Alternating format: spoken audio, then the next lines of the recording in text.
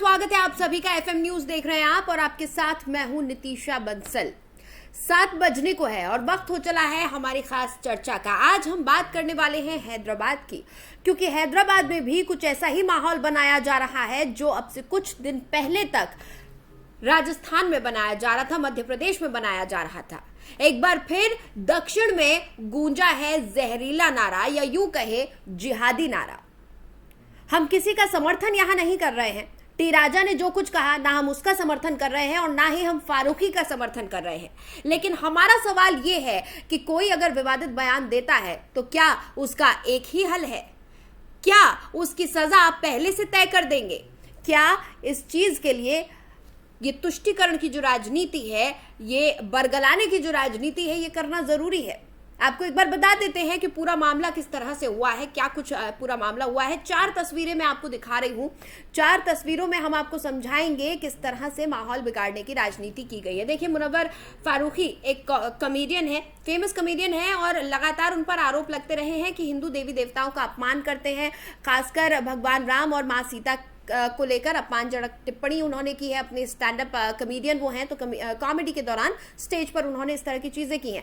इसको लेकर उनके एक शो का विरोध करने के लिए टी राजा ने एक वीडियो बनाया था और उस वीडियो में उन्होंने भी कुछ विवादित बयान दे दिए, अमर्यादित भाषा का इस्तेमाल किया, अपशब्दों का इस्तेमाल किया। अब हुआ ये कि टी राजा के इस विवादित वीडियो के बाद हैदराबाद में जिहादी नारा फिर से गूंजने लगा। पाकिस्तान से जो नारा इंपोर्ट किया गया, सरतन से जुदा, वो एक बार फिर सुनाई देने लगा। फिर कोशिश होने लगी हैदराबाद के माहौल को भी खराब करने की। वहीं दूसरी तरफ बीजेपी ने तुरंत टी राजा को सस्पेंड कर दिया और आज सुबह टी राजा की गिरफ्तारी भी हो गई है, लेकिन भाईजान फिर से भड़क गए हैं। असदुद्दीन ओवैसी ने कहा कि बीजेपी मुसलमानों से नफरत करती है और इसीलिए इस तरह की राजनीति की जा रही है। पहले नुपुर शर्मा ने विवादित बयान दिया और उसके बाद कोई ना कोई नेता लगातार इस तरह के बयान दे रहे हैं और टी राजा ने जो वीडियो बनाया है, जो उनका वीडियो वायरल हो रहा है, जो बयान सामने आया है, वो बेहद निंदनीय है।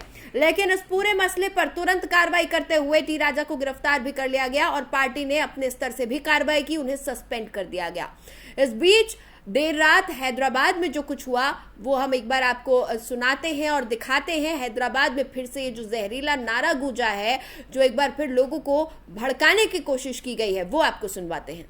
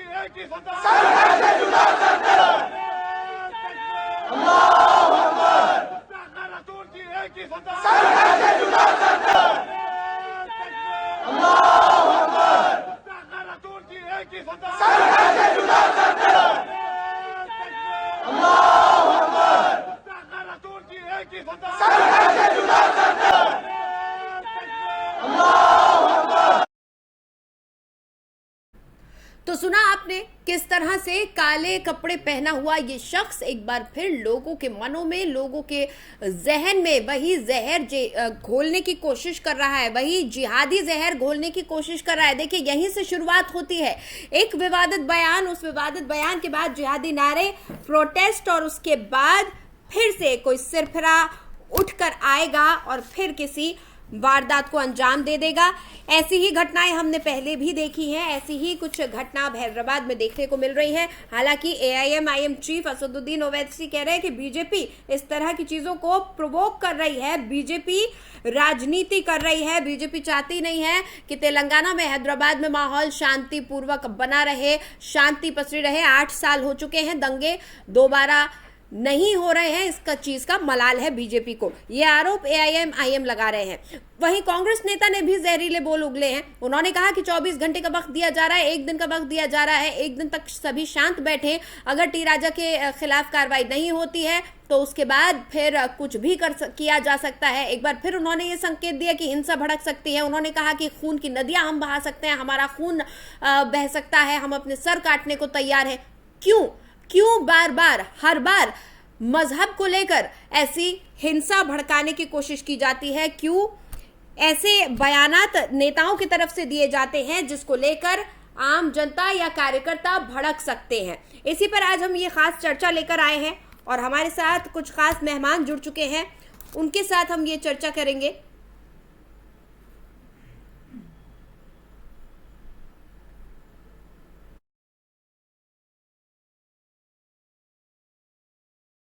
कुछ खास मेहमान जुड़े हुए हैं। संदीप दुबे जी हमारे साथ जुड़े हुए हैं जो कि बीजेपी नेता हैं, और साथ ही हमारे साथ संदीप चौधरी जी जुड़े हुए हैं जो कि राजनीतिक विश्लेषक हैं। बहुत बहुत स्वागत है सर आप दोनों का। धन्यवाद मैडम। नमस्कार सर, सबसे पहले तो मैं बीजेपी से पूछना चाहूंगी, टी राजा ने जो कुछ बयान दिया उसके बाद उन्हें सस्पेंड कर दिया गया है, गिरफ्तारी की कार्रवाई भी हो गई है, लेकिन आरोप लग रहा है आप पर, एआईएमआईएम की तरफ से, असदुद्दीन ओवैसी की तरफ से आरोप लगा है कि हैदराबाद का माहौल खराब करना चाहते हैं आप और मुसलमानों से नफरत करते हैं।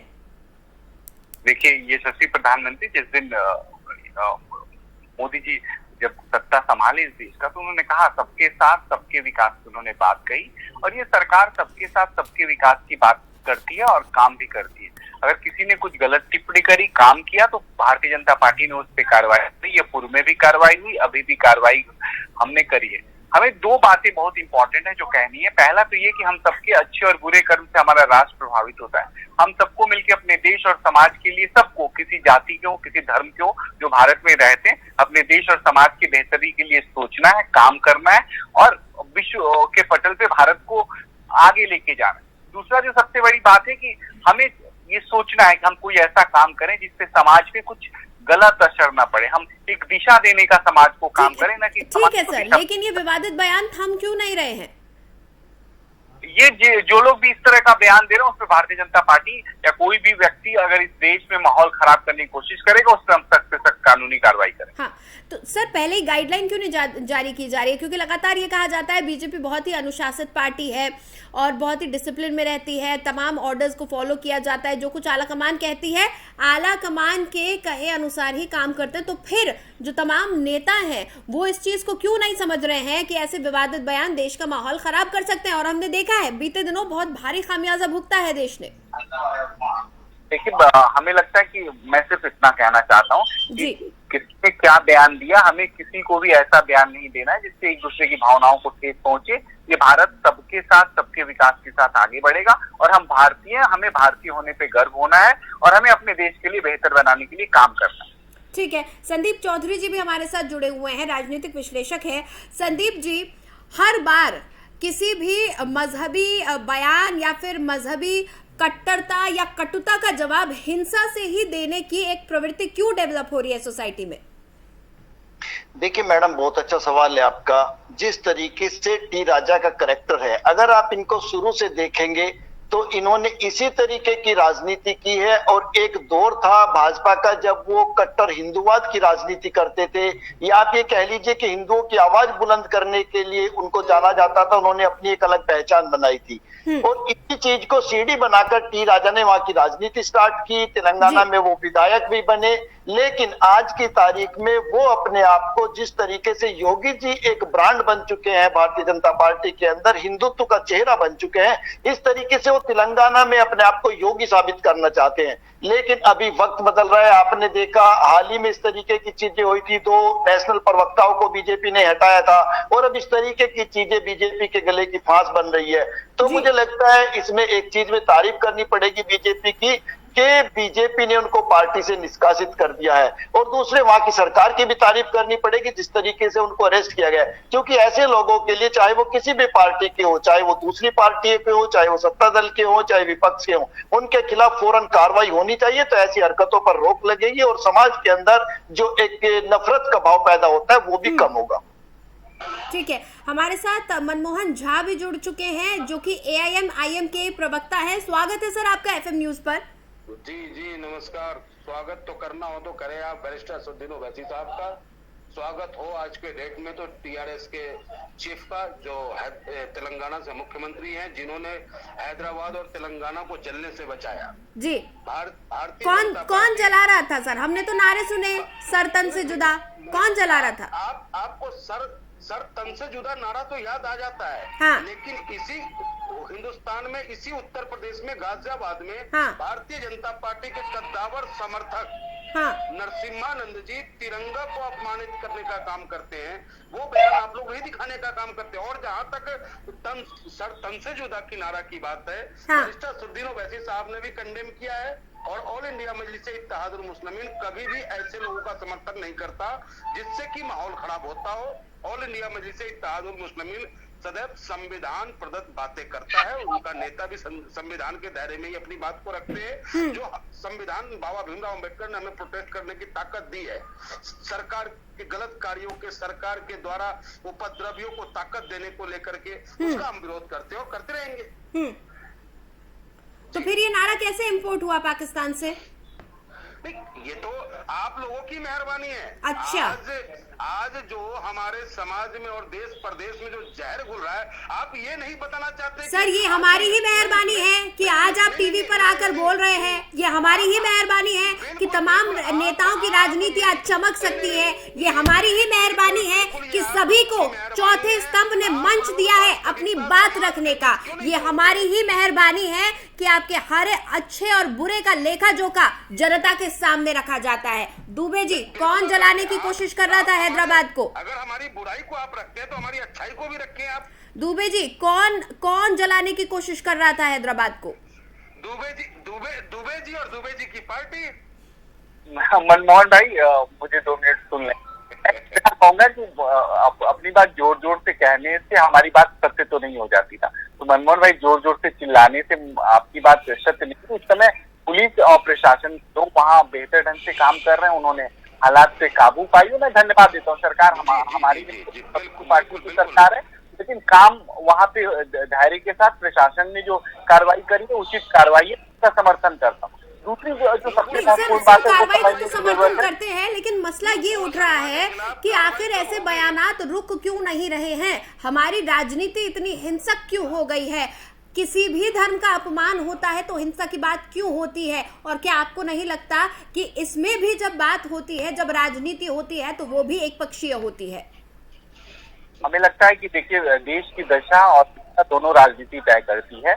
और देश के जो राजनीति में आने वाले लोग हैं उनको बेहतर सामाजिक सुधार के अंतर्गत राजनीति करनी चाहिए, ताकि व्यवस्था में बदलाव के वो हिस्सेदार बने, अग्रणी भूमिका निभाएं। जब हम पॉलिटिक्स का हिस्सेदार बन जाते हैं तो लोग जल्दी राजनीति में गलतियां भी कर देते हैं। लेकिन मैं इसमें एक बात कहूंगा, भारतीय जनता पार्टी की सरकार किसी भी ऐसे लोगों का समर्थन नहीं करती, वो सरकार के अंदर हो, बाहर हो या देश के किसी भाग में हो, जो किसी को भी आपस में मजहब के नाम पे, धर्म के नाम पे लड़ाए, झगड़ा करें और आपसी विपद पैदा करें। हमारे प्रधानमंत्री, यशस्वी प्रधानमंत्री का मूल मंत्र है सबका साथ सबका विकास। और भारतीय जनता पार्टी का हर कार्यकर्ता वंदे मातरम के नाम पे अपना सर्वोच्च देता है इस देश को, और वो सबके साथ सबके विकास के मूल मंत्र के साथ काम करता है। बाकी राजनीति है तो राजनीति में जो विपक्ष जिस तरह से आलोचना करता है, विपक्ष को आलोचना का इसलिए हक नहीं है कि विपक्ष इस देश में आग लगाना बंद करे। वो मूल रूप से जो विकास की राजनीति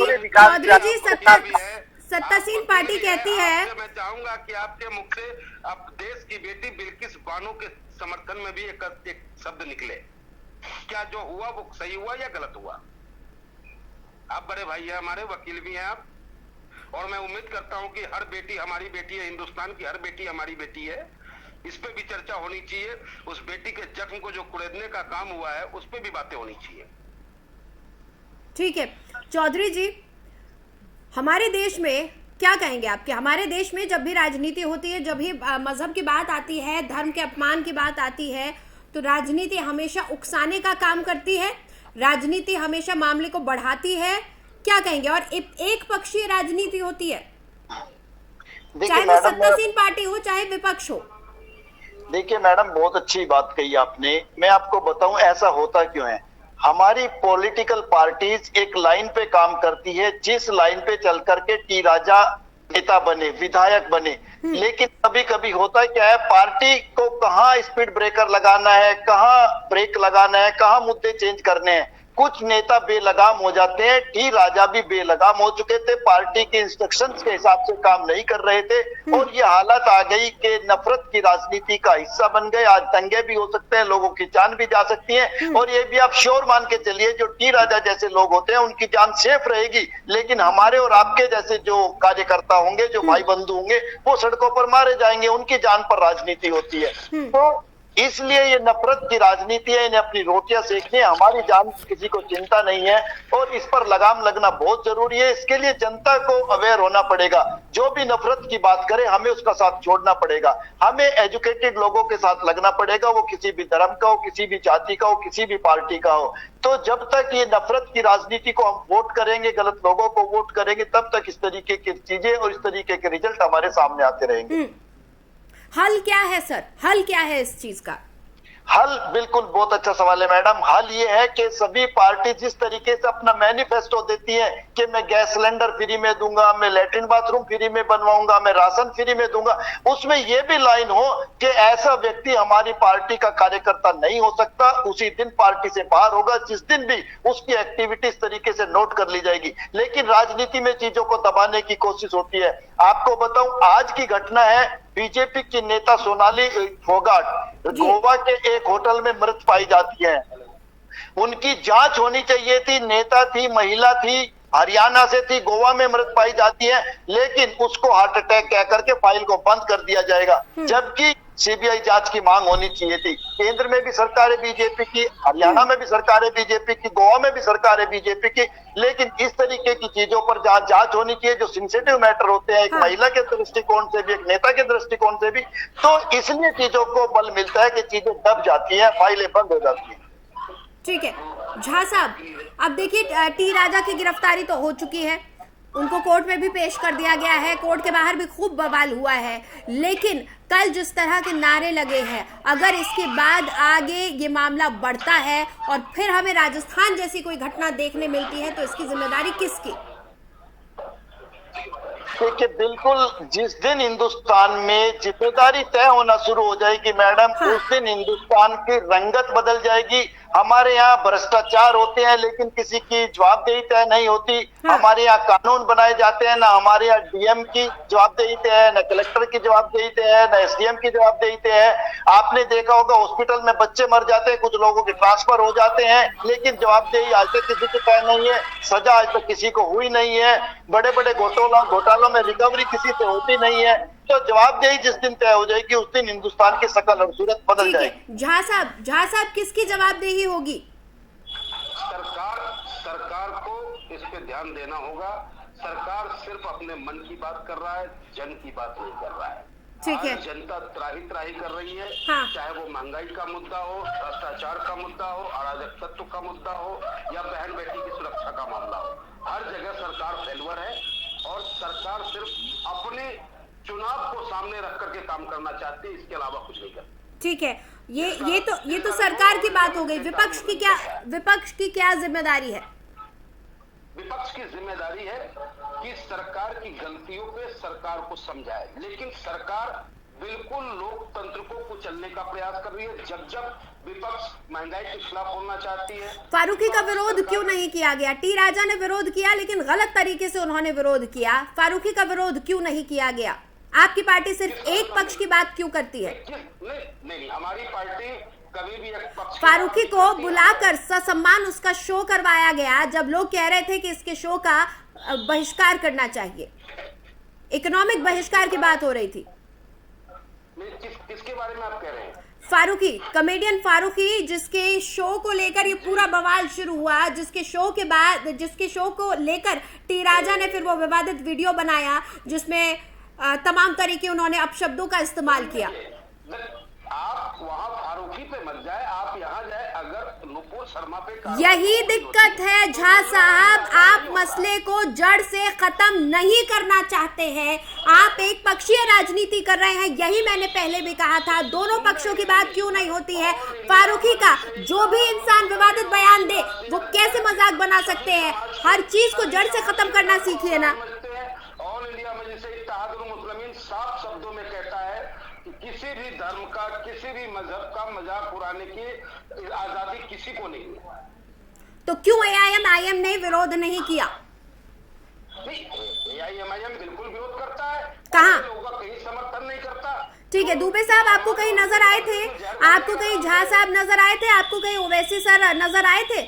ओवैसी बंधुओं में से कोई भी आपको नजर आया था विरोध करता हुआ? ओवैसी साहब भी नजर आए थे, ओवैसी साहब के कार्यकर्ता भी नजर आए। सर मुझे नजर नहीं आया, हो सकता है मैंने कोई अलग चश्मा पहना हो। दुबे साहब, कैमरा नहीं पहुंची तो इसमें हम ऑल इंडिया सर कैमरा हर जगह है, हमारा नहीं है, बाकी सबका है। माना मैंने कहा ना, मैंने दूसरा चश्मा पहना है, शायद दुबे साहब ने देखा हो, दुबे साहब ने सही चश्मा पहना हो। दुबे साहब कहीं नजर आए थे आपको?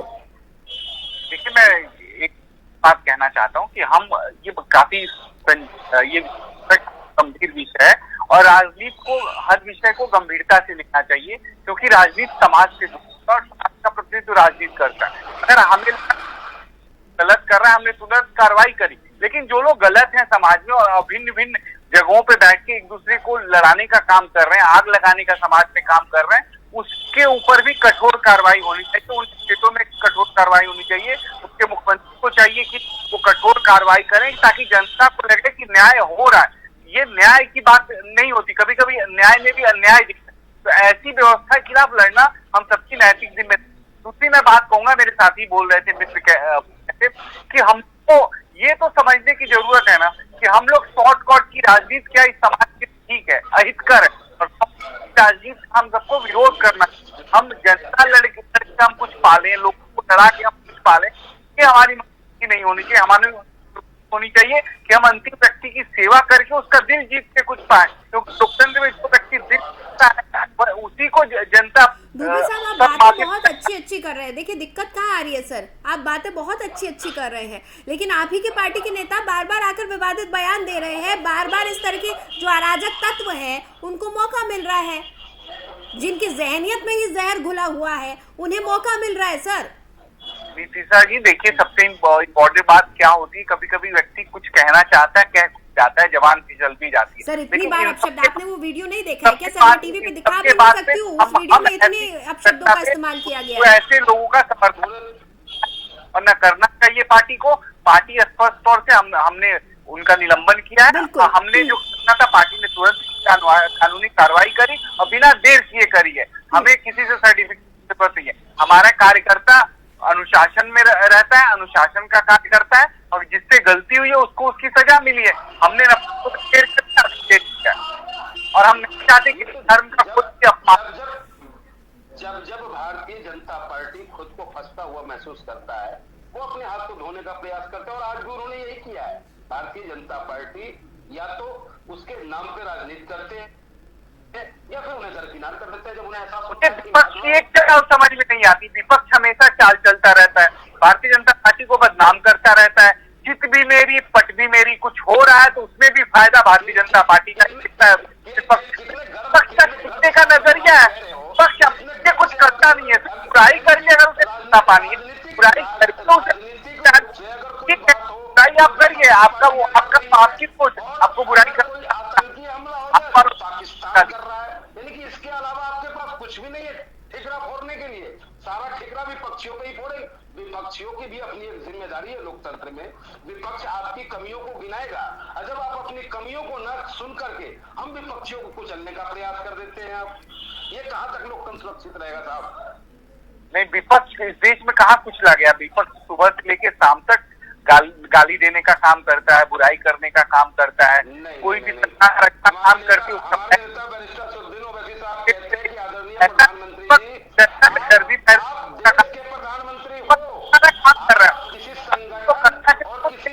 रहा है क्यों नहीं बोलते हो? बस एक ही काम कर रहा है कि नकारात्मक देख रहा है इस देश को, उसे सकारात्मक तरीके से सबको इस देश में आगे मुख्य धारा में हमें काम करने की आवश्यकता है, तभी इस देश का भला होगा। इसलिए मैं बार बार कहता हूँ कि एक व्यक्ति इस देश को आगे नहीं बढ़ा सकता, सबकी उसमें भूमिका होनी चाहिए। आप प्रधानमंत्री को सोचो,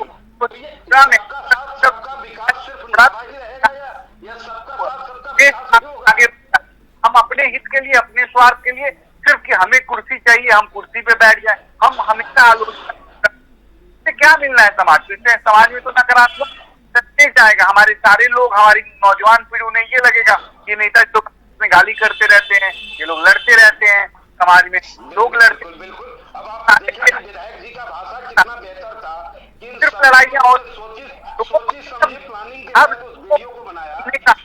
शांति इससे पता चलता है कि उनका पोषण, उनका रहन सहन किस तरीके का है, किस आगे का वो इस्तेमाल कहाँ पर किस हद तक ठीक है, सरकार ठीक है सर। टी राजा पर कार्रवाई कर दी गई है, पार्टी ने भी कार्रवाई कर ली है और प्रशासन की तरफ से भी कार्रवाई हो गई है। अब आगे का काम कानून कर लेगा, लेकिन समाज में हालात बिगड़े ना, इसकी जिम्मेदारी सत्ता पक्ष और विपक्ष दोनों की बनती है। और जो घटनाएं देश में घटित हो रही है उसके लिए दोनों ही जिम्मेदार है, क्योंकि सभी को अपने पार्टी के नेताओं को ये समझाना चाहिए, कार्यकर्ताओं को ये समझाना चाहिए कि एक हद होती है जिसका पालन सबको करना है इस देश में। क्योंकि इस देश में गंगा जमनी तहजीब शुरू से चलती आई है, तो इस देश में हर मजहब का उतना ही सम्मान होना चाहिए जितना कि आप चाहते हैं कि आपके मजहब का सम्मान हो। फाइनल कमेंट संदीप चौधरी जी मैं आपसे चाहूंगी, समय खत्म हो रहा है मेरे पास। उन्होंने कहा कि सभी पार्टी के नेताओं को आना चाहिए शांति व्यवस्था बनाए रखने में, पीस बनाने में। उन्होंने सबको बधाई भी दी सहयोग करने के लिए, और खास करके बधाई बैरिस्टर असदुद्दीन ओवैसी। सर आपको कुछ मुझे लग रहा है, नहीं झा साहब, मुझे लग रहा है कुछ टेप आपको भिजवाने पड़ेंगे, आप उनको रिवाइंड कर करके देखिएगा, तब आपको समझ में आएगा कि जनता के बीच जब जाते हैं तो किस तरह की भाषा का इस्तेमाल करते हैं ओवैसी बंधु। ठीक है, मैं आपको भिजवाऊंगी, मैं जरूर आपको कुछ टेप भिजवाऊंगी, आप रिवाइंड कर करके उन वीडियोस को देखिएगा, शायद आप समझ पाए। चौधरी जी फाइनल कमेंट में आपसे चाहूंगी, ये जो घटनाएं देश में घट रही है, देश की दशा किस ओर बढ़ रही है? फाइनल कमेंट सर, समय खत्म हो रहा है मेरे पास। देखिए मैडम, जिस तरीके से टी राजा की भाषा रही है, इसी तरीके से ओवैसी बंधुओं की भाषा रहती है, इसमें कोई दो राय नहीं है। इससे भी खतरनाक उन्होंने चीजें कही है हमारे धर्म के प्रति, हमारे देवी देवताओं के प्रति। लेकिन मैं उन चीजों में न जाकर उन चीजों से आगे बढ़ने की जरूरत है, तो हमें समझदारी के साथ काम करना पड़ेगा। झा साहब चौधरी जी को बोल लेने दीजिए प्लीज। झा साहब फाइनल कमेंट ले रही हूँ, समय खत्म हो चुका है। झा साहब माफी चाहूंगी आपसे। चौधरी जी आप अपनी बात रखिए। मैडम मैं ये कहना चाहता हूँ, पार्टी कोई भी हो, हमें गाइडलाइंस तय करनी पड़ेंगी समाज के लिए, किस तरीके से बोलना है, किस तरीके से जो आपने गंगा जमुनी तहजीब की बात की, इसको कैसे बचाना है, कैसे मजबूत करना है, इसके लिए सभी दलों को मिलकर कार्य करना पड़ेगा। और आप जैसे पत्रकारों को मुद्दों को उठाना पड़ेगा, जब आप उठाएंगे लोगों तक चीजें जाएंगी, तब इस पर कंट्रोल हो सकता है। शुक्रिया चौधरी जी। झा साहब आपका एक फाइनल कमेंट, 10 सेकंड का वक्त है सर। मैं तो बस इतना ही कहना चाहूंगा कि अपना देश वो देश है जहां मोहम्मद रफी साहब गाना गाते हैं, बड़ी देर भयो नंदलाला तेरी राह तक है ब्रिज वाला। इसी तरीके से अपने देश को रहने दिया जाए, देश को ये कट्टरता में न परोसे, समाज के बीच नौजवानों के जेहन को न बदले। ठीक है, हम भी हिंदू हैं, जय श्री राम हम भी कहते हैं, हमारे नेता ला इलाहा इल्लल्लाह कहते हैं, क्या फर्क पड़ता है? अरे हिंदुस्तान में तो सभी धर्मों को हल्ले फुल्ले की आजादी है। ठीक है, दुबे जी फाइनल कमेंट आपका सर। कभी हमारे नेता ने हमसे ये नहीं कहा कि पंडित जी आप तिलक क्यों लगा। सर फिर आप अपने नेता पर आ रहे हैं सर, ये डिबेट बहुत लंबी खिंच जाएगी। झा साहब बहुत लंबी खिंच जाएगी ये डिबेट। मैं दुबे जी से फाइनल कमेंट ले मूल विचारों को अपनाना पड़ेगा, सबका साथ सबके विकास के साथ देश आगे बढ़ेगा, और हम लोग इसके लिए तत्पर हैं। भारत का हर नौजवान यशस्वी प्रधानमंत्री नरेंद्र मोदी जी के सबके साथ सबके विकास में विश्वास करता है। चलिए, बहुत बहुत शुक्रिया दुबे जी, चौधरी जी और झा साहब, आप तीनों का हमारे साथ जुड़ने के लिए, इस खास चर्चा में शामिल होने के लिए बहुत बहुत धन्यवाद। तो हैदराबाद में एक बार फिर राजनीति चमकाने की कोशिश की गई है और इस कोशिश में समाज को एक गलत संदेश फिर से जा रहा है। एक बार फिर हैदराबाद में भी तस्वीर ऐसे बदलती नजर आ रही है कि असामाजिक तत्वों को फिर मौका मिल जाए और फिर हमारे देश का कोई शहर सुलग उठे, फिर खून की नदियां बह जाएं। इसे रोकने के लिए जिम्मेदारी आपकी और हमारी बनती है, क्योंकि राजनीतिक पार्टियां ज्यादातर रोटी सेकने का ही अपना काम करती है। बहरहाल फिलहाल FM न्यूज की इस खास पेशकश में इतना ही। मुझे दें इजाजत।